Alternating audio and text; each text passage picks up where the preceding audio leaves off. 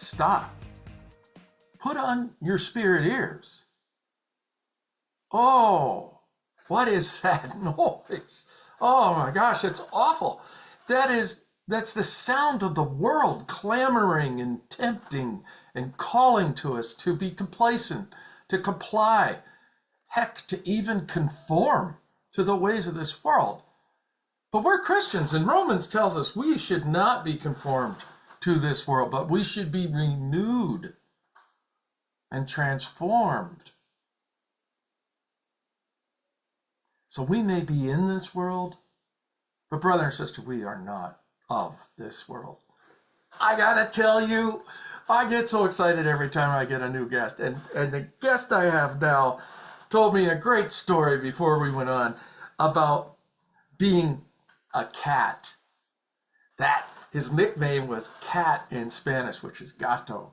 And if everybody that he knew called him Gato, everything was A-okay. But if somebody called him by his real name, something was up, he said. But we'll get back to Gato in just a minute. Here's this pearl. Smoldering wick. So the way that this came about was this past week, I have a pole barn music studio, and it has a heater in it that is an LP gas heater. And there's two things in this world that I won't touch because I know they bite. And when they bite really hard. And that is gas and electricity. Those are two things that I don't mess with. You always call a professional for that. Well, I had a friend. And the friend came over and we started tearing this stove apart. And as we were tearing the stove apart, I started to notice some real spiritual parallels. And a scripture came to mind, and it was Isaiah 42:3. And it is simply this, that a bruised reed he will not break, and a smoldering wick he will not snuff out. And I thought about this process as we were trying to fix this thing. It involved this little thing called a thermocoupler. And I envisioned some sort of mechanical device, and really all it was a string of copper wire and a probe on one end and a nut and a bolt on the other end. But what it did was it connected the power source that created the spark to the fuel source that created the flame. And I started to think about the broken reed. A broken reed, because reeds are hollow if they get broken. There's nothing inside. A smoldering wick is what my furnace was. We could light it, but it wouldn't stay lit. There was no fire inside the furnace, and therefore there was no heat, and winter in Wisconsin doesn't lend itself very well to a cold pole barn where you put your instruments and they freeze. That's not kindness. So when we fixed it, we learned something very valuable, that this top of this thermocoupler had to be perfectly aligned in order to light. We had it too long at one point, and it was burning the flame in the middle, and it wasn't at the tip where the electricity was at, so there was no fire. And we got pretty frustrated. In fact, my friend, he's like, I can't take it anymore. He went in the corner and prayed. Well, I started fiddling with it, and I said, I really think it just needs to be down, and I'm banging on. He's like, you need to be more tender with how you are operating in here. This is, I'm like, I don't know. That's why I don't mess with gas or electricity. But when we got it aligned perfectly, it was a beautiful flame. And after thinking about this for today's pearl, smoldering wick, have you felt like you've been a smoldering wick? Where you're lit on fire for Christ, but you're not really burning? Or have you been a bruised reed and you're wondering, am I going to be broken? So many times in the corporate world right now, we hear about burnout. We hear about people taking their own lives because they've gotten to a point where they have been smoldering just a little bit too long, or bearing the bruises of a broken reed for just too long. So today's pearl is smoldering wick. And now, without any further ado, Gato, come on in, man. How you doing, James? Thank you. Thank you for having me on, man. I'm doing awesome, man. I really appreciate that story. So when you say something's up, what was up? I guess I'll just take it back to when I was a kid, right? I grew up playing soccer, um, and I played in a team with a bunch of Cubans, believe it or not, and they can't roll their R's. So instead of Oh, pronouncing my name Edgardo, they would say Edgato. ah, And from that day, people just started calling me Gato and Gato, and went from one team to the next to going to a different country to introducing myself as Gato now because it's just easier. And so that's why I guess when they call me by my name, it's something's up, man. I did something wrong. Haven't happened in a long time, so I think we're doing something good. well, we won't do that here. And with that, that's a great transition. Something's up. When did you know that something was up and you came to know Christ? What's your salvation story, Gato? Uh sure. I'll give you. You want the quick or the longer version? I can give you both. You do what you do. Perfect. So I played professional youth soccer growing up in Mexico. I'm originally from Miami. I moved at 9 years old to pursue a dream that I had to go play professionally at a really young age. MLS wasn't as big as it is today. So I didn't have the opportunity to stay here just because there wasn't that great of a quality like we had in Mexico at the time. So I moved, and God was with me from the first day I got there. Obviously, growing up as a little kid in a third world country, not speaking the language, and just walking through faith, I always knew He was present, but I Hmm. didn't really feel Him until I come back to pursue my college career. I played on Division I soccer at Florida Atlantic University in Boca Raton, Florida. That I suffered an injury, pretty bad injury. This is during COVID year. Um, I tore my LCL and my PCL for my right knee, and from one day to the next, I'm in the hospital bed about to get surgery. No one can come in because of COVID, so I do have a lot of downtime. And in that downtime, obviously, I'm going through all this pain and just asking the same question to why, Hmm. right? Why am I going through this when I was supposed to be, playing all these minutes and pursuing this professionally in a year from now? Because that's how I had it envisioned. I was a sophomore, and God had a different path for me, right? And I remember going into surgery, still kind of skeptical about everything. Um, Turns out that would have that's probably the best thing that happened to me. Hmm. Um, I get out of surgery, worst pain of my life. Not gonna lie to you. I get home, I'm with all kinds of meds, and you would think this is where it gets nice and interesting, but I think God had a different plan for me all along. I think He told me Hmm. that I needed to go through some suffering before really showcasing what He does in people's lives. And from that first injury, it led to a second injury because it got infected. So I had to go into a second surgery. Couple, probably 9 months after, I had to go into a third surgery because one of the screws the surgeons had put in popped. So that forced me to go into a third surgery. Um, Mind you, this is throughout probably a year time frame where Hmm. I'm starting to get to know Christ with all these setbacks. Hmm. And I keep asking the question, like, why? Right? If you wanted me to come and change my trajectory and walk by faith and really understand that you're putting me through something to get to know you better, and you keep putting me through these hardships, it's tough for me to think that things are going the way you want to. Um, this is 23 at 22 at the time. I recover after all the surgeons. The three of them told me honestly forget about soccer and move on with your career. I think your injury was pretty bad that, it wouldn't be smart on your end to Hmm. get back and pursue it. That didn't stop me. I think God had told me that I was still not done. I ended up playing, came back my senior year. I came back to where I was previously, level wise, and my coaches offered me the MBA.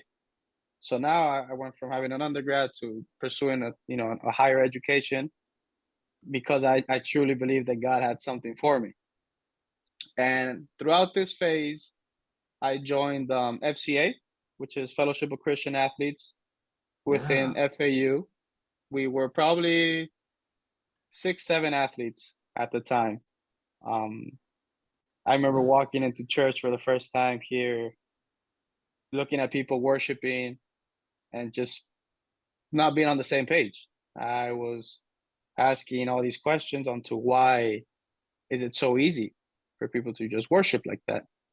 Fast forward to where I'm at now, I'm probably one of those guys singing and being happy about everything.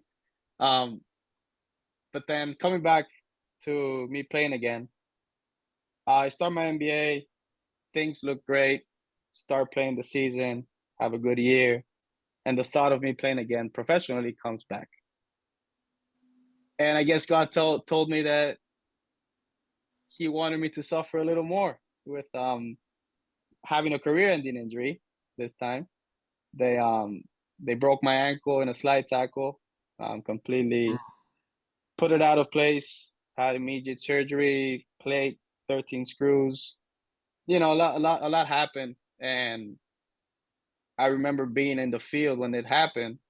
Can't move because my ankle's out of place. I'm laying on the grass, and I'm just looking at the sky and saying, "It's not why anymore. It's more of I trust whatever it is that you're doing in my life, and if that's just going to strengthen the why I'm here and the purpose I have to showcase to the world, then this is what I have to go through." Mind you, I was in shock. I couldn't feel anything. I was I was confused on what was going on. Oh my. Then they put me on morphine, and it gets even more crazy. Right now, I'm thinking about all kinds of stuff. But I get to the hospital. It was my mother's birthday. The hospital calls her saying your son's in the hospital. XYZ happened. Hmm. They end up coming to the hospital, and they had to put the ankle back in place. And this was probably one of the worst things someone can go through. But long Hmm. story short, that happens. I sleep in the hospital. I go through a 3-day cycle before surgery because my ankle was so swollen. I couldn't get surgery. And I was sharing a suite with an individual that was having open heart surgery. And we were just having conversations on a daily basis. The last day we were supposed to go in surgery at the same time, I remember the wife walking in and sits down with the husband and they start talking about how beautiful life has been for them. Hmm. And we've been married for more than 50 years. If you don't make it past tomorrow, all these things happen. And I'm there next door with just a sheet. I'm calling the nurse. I'm like, oh, get me out of here. I can't be listening to this right now. Um, but I do feel Oh. that God was talking to me through them, Yeah. telling me that life will be painful, for a couple of more months recovering from this injury. But on the other side of things, there's going to be a beautiful light that everything you've been through will be able to showcase to the world. Um, Still trying to figure out what exactly that is, but definitely walking in faith ever since. Um, couldn't come back to the field. It was just a move on scenario for me. But I've grown in faith in a lot of ways, and I found purpose on why I do things now. Hmm. What do you think was going on the other side of that curtain? You were It there for was, your heart surgery. He was there for his. yeah, it was pretty interesting because then we leave the next day together. Obviously, two different doctors moving our carts, and we kind of go both ways. Yeah. And months after surgery, I called the hospital and I was like, "Listen, I don't remember the guy's name. I was getting surgery. Just wanted to call and make sure that he made it, because I'm curious." And it took them a couple of minutes to figure out everything, but he told me that the individual lived and whatnot, and it's a cool story to just more on a personal basis to be able to grow. Yeah, man. Yeah. I On this show we've had guests that have testimonies that are like blow your mind, and then we've had guests that have just like, I lived my life in a good way, and then somewhere along the way I realized there was more, and I rededicated my life or got baptized, or but everybody gets to a point like you were on the field looking up and going, okay, it's not a why anymore. It's I love you and I know you love me, so thank you for saving me. And I'm looking forward to what your plan is instead of my plan. Yep. No, yeah, forever thankful. Um, I do think that God chooses his toughest soldiers for the toughest moments in life, and my life could have gone the other way.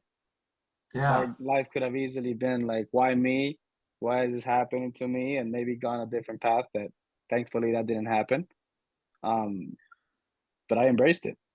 I embraced it, and I knew that life is about decisions, and I needed to make a decision at that moment.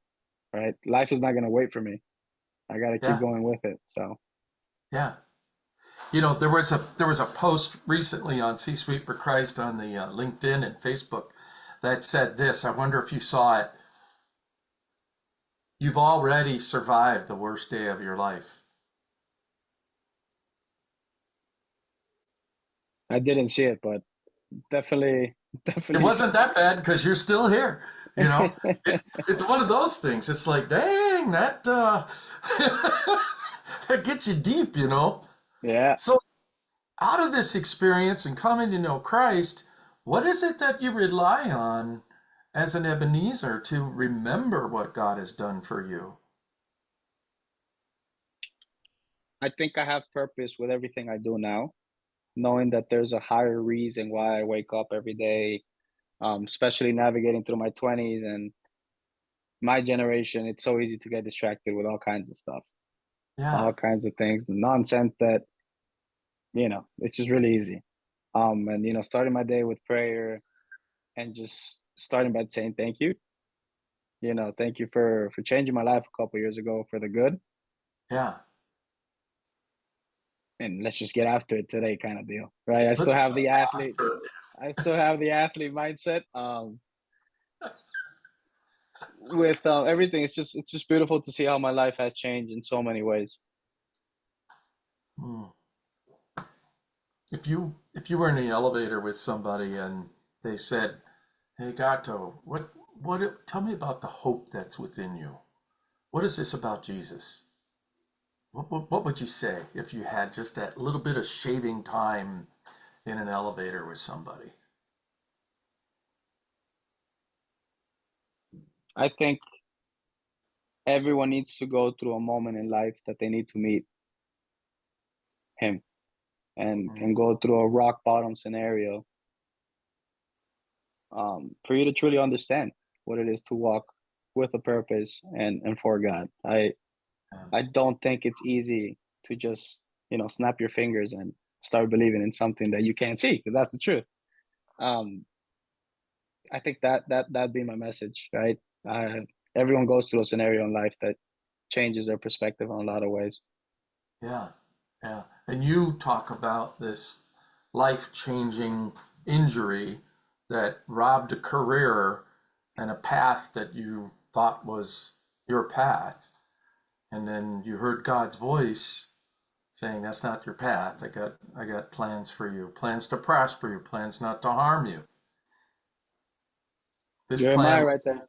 kind of harmful 2 surgeries. Woo! Five. 5 surgeries. Yeah. Yeah. 2 episodes of surgery, right? 5 total surgeries, 2 episodes. Yeah. They knew me by first and last name there in the hospital. They didn't call me Gato there. Something's up. Wow. So you hinted a little bit about this. A lot of times, like, you know, the reason for this show is because on the night that Jesus was betrayed, he took bread and he handed it to his disciples and he broke it and he said, "This is my body broken for you. Take this and eat it." And then he took a cup, filled it with some wine, and said, "This is the blood of the new covenant. This is my blood shed for you. Drink this." And then he said, why I'm such a proponent and passionate about this show. He said, "Do this in remembrance of me." And so a while ago, I had an executive assistant that gave me a rock. And this rock says, "Trust in the Lord" on it. And I tell you what, I've gone through some things in my life that this has been the only reminder I've had to stay with God and stay with Jesus and the Holy Spirit and prayer to get through something. Today's culture, your generation, you know, we're obviously of 2 different generations. I'm an old coot and you are not. And but someday you'll be lucky and you'll be an old coot too. And what about your generation is so distracting? I I can take two ways on this question.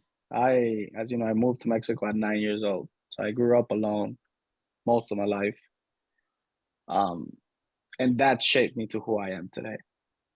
My generation, I think there's a lot of improvement to be done, especially on the spiritual side of things. Just because it's so easy to get distracted with Hmm. anything that comes, now with algorithm based social media. You go into your Instagram and you type in a couple things and you start looking at that, and that's what keeps getting fed on your feed.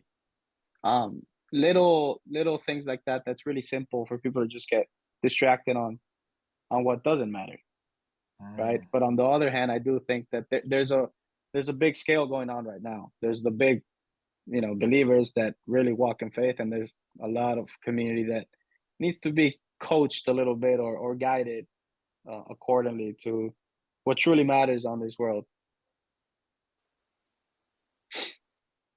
Hmm. So the feed, you know, I just before we even started the show, I was looking up a Bible verse on my phone, and then I came up into the office and I opened up my iPad and I clicked my Bible app and it automatically opened up Safari to the same page I was on my phone. I'm like, Yeah, what's it's pretty going on crazy. with this? I know what button I pushed, but the 2 devices were like yapping. Yeah, it's pretty crazy, but I also think it's a good thing, right? You can leverage it to what you really want for your Hmm. life. You can um my feed is exercising and faith. Um but it's because I choose that, right? I choose to Yeah, live a godly life, and I choose to just have a purpose with everything I do. yeah. So it can be taught. I think it can be taught, and you can make that decision to implement that to your daily routine. So how do you take that purpose and articulate it to somebody in your generation that you're like, man, dude, you really are just super distracted.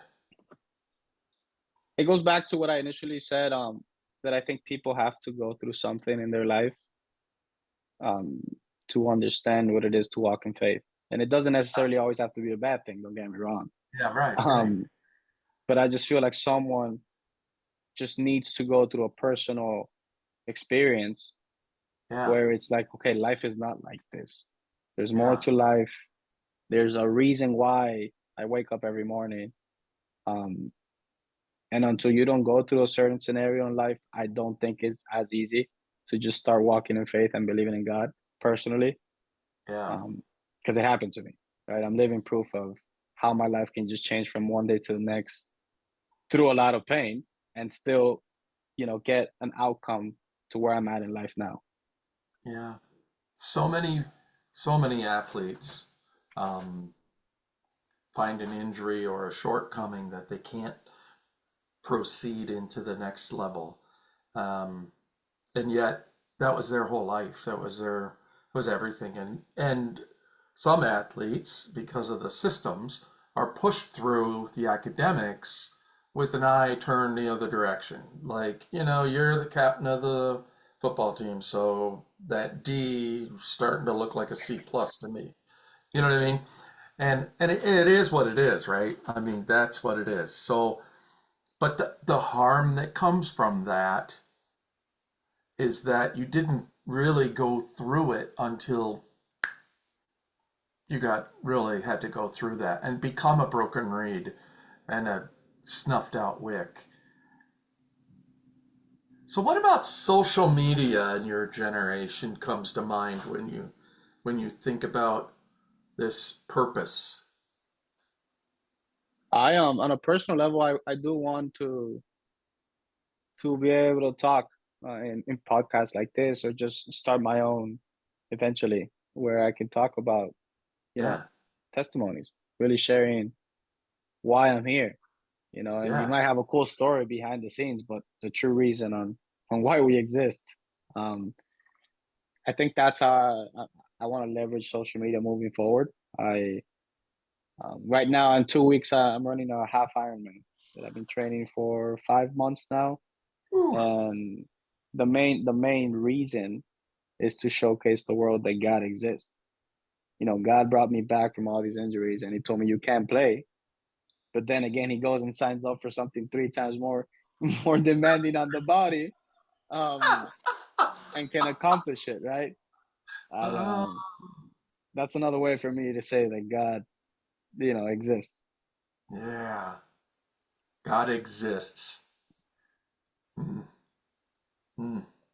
And if you're distracted scrolling, you're missing out on some amazing moments in your life. And it's manufactured attention grabbers. These aren't even the things that you really are thinking about. It's thoughts that are being given to you to think about. That's the craziest part. The way you just said it, Isn't yeah. it? Yeah. It's like It's thinking almost for you. like, right, the Garden of Eden just relived.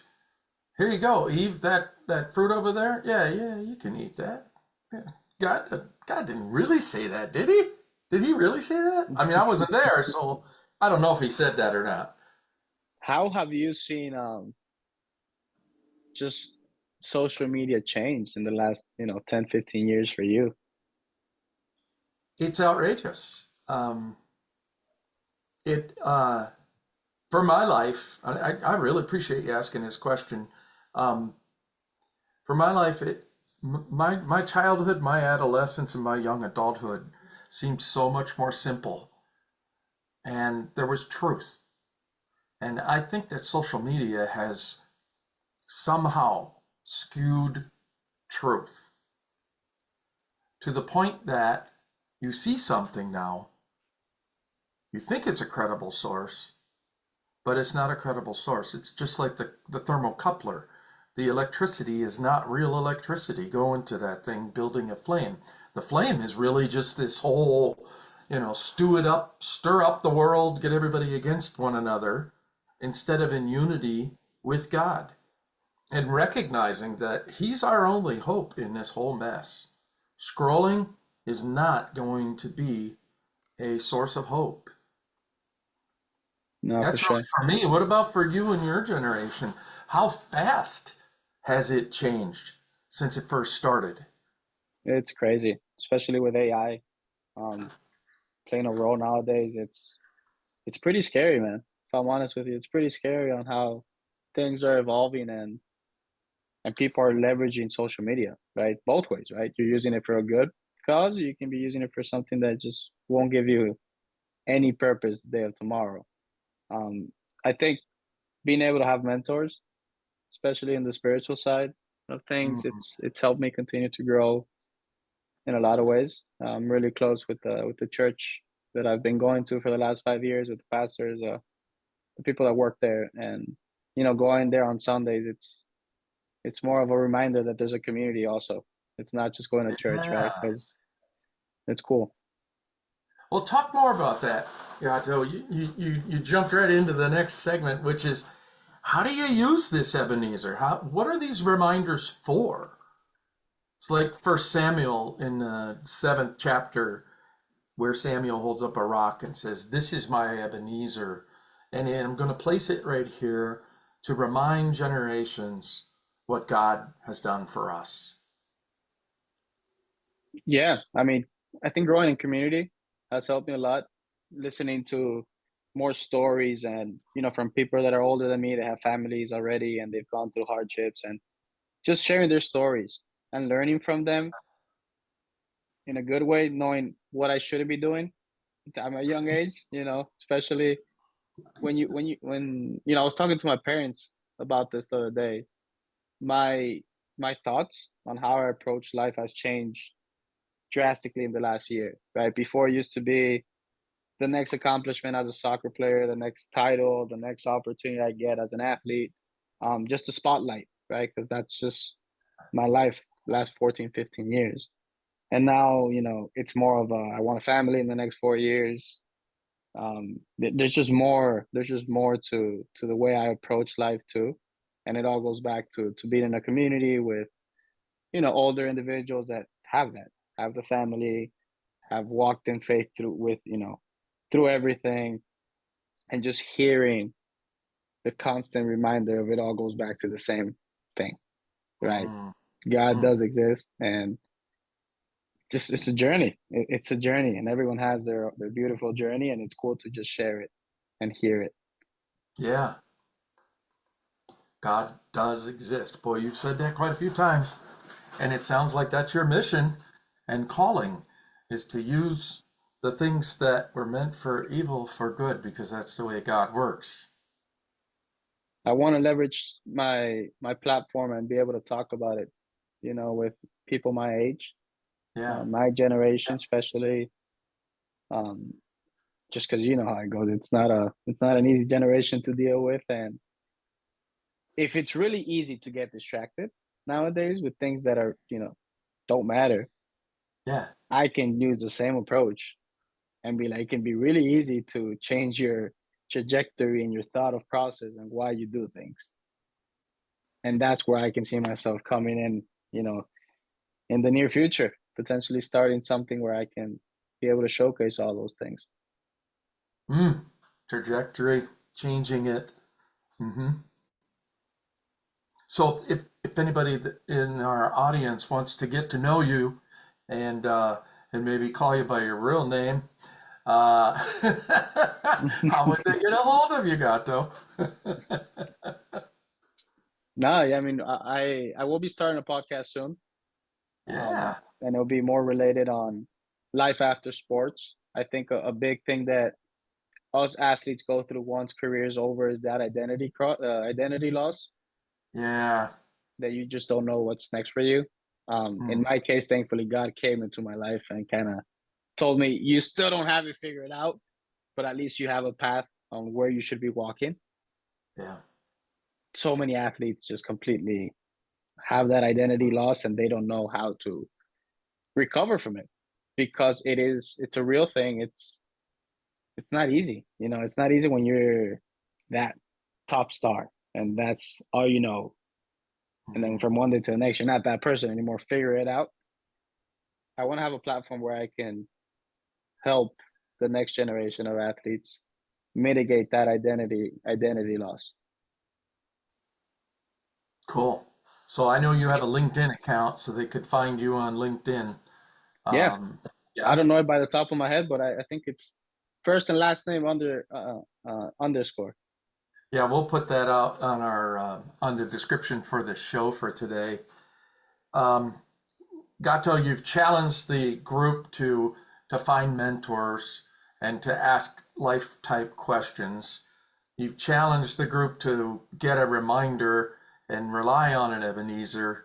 And you've also exhorted the group by telling us that something's gonna be up, something's got to happen, and that will drive you to your knees to say, I can't do this on my own. I need you, Jesus. I cannot do this on my own, and I don't want to do it anymore on my own. I'm laying in the middle of the soccer field looking up at the clouds and saying, yeah, it ain't about why anymore. I don't care why. I just want to know what's next. Yeah. No, yeah, definitely a lot of patience. Yeah, man. Um, it's cool. It's cool to see where I'm at in life right now, and I'm really young and having the purpose at a really young age on why I wake up every day. It's not common anymore. I don't think so. Especially, I haven't talked to anyone my age that can view life really in a similar perspective. It just doesn't happen anymore, I guess, with everything going on. Yeah. Maya Angelou said it just takes one, but Yeah. it takes that one to make a difference. Yeah, no, don't get me wrong. I'm not the special guy over here. Everyone, people I've gone through, and Saint there's Gato. yeah. You are that guy. You just don't know it yet. Well, I'll try my best. I'm trying my Yeah, man. best. Gato, thank you so much for joining us today on In This World. Um, to the audience, get an Ebenezer, find an Ebenezer, and rely on that to remind you that God loves you and God cares for you. And whether you're a broken reed or a smoldering wick, you still got a little spark in you. You still got some life in you, too. So Yeah, we'll see you next time. we will. I think a verse that I live by every day is Luke 137. Nothing shall be impossible with God, and that's the way I think I approach things in life too. Nothing. Yeah. Thanks, Gato. All right, James. Nice meeting you, man. Best of luck.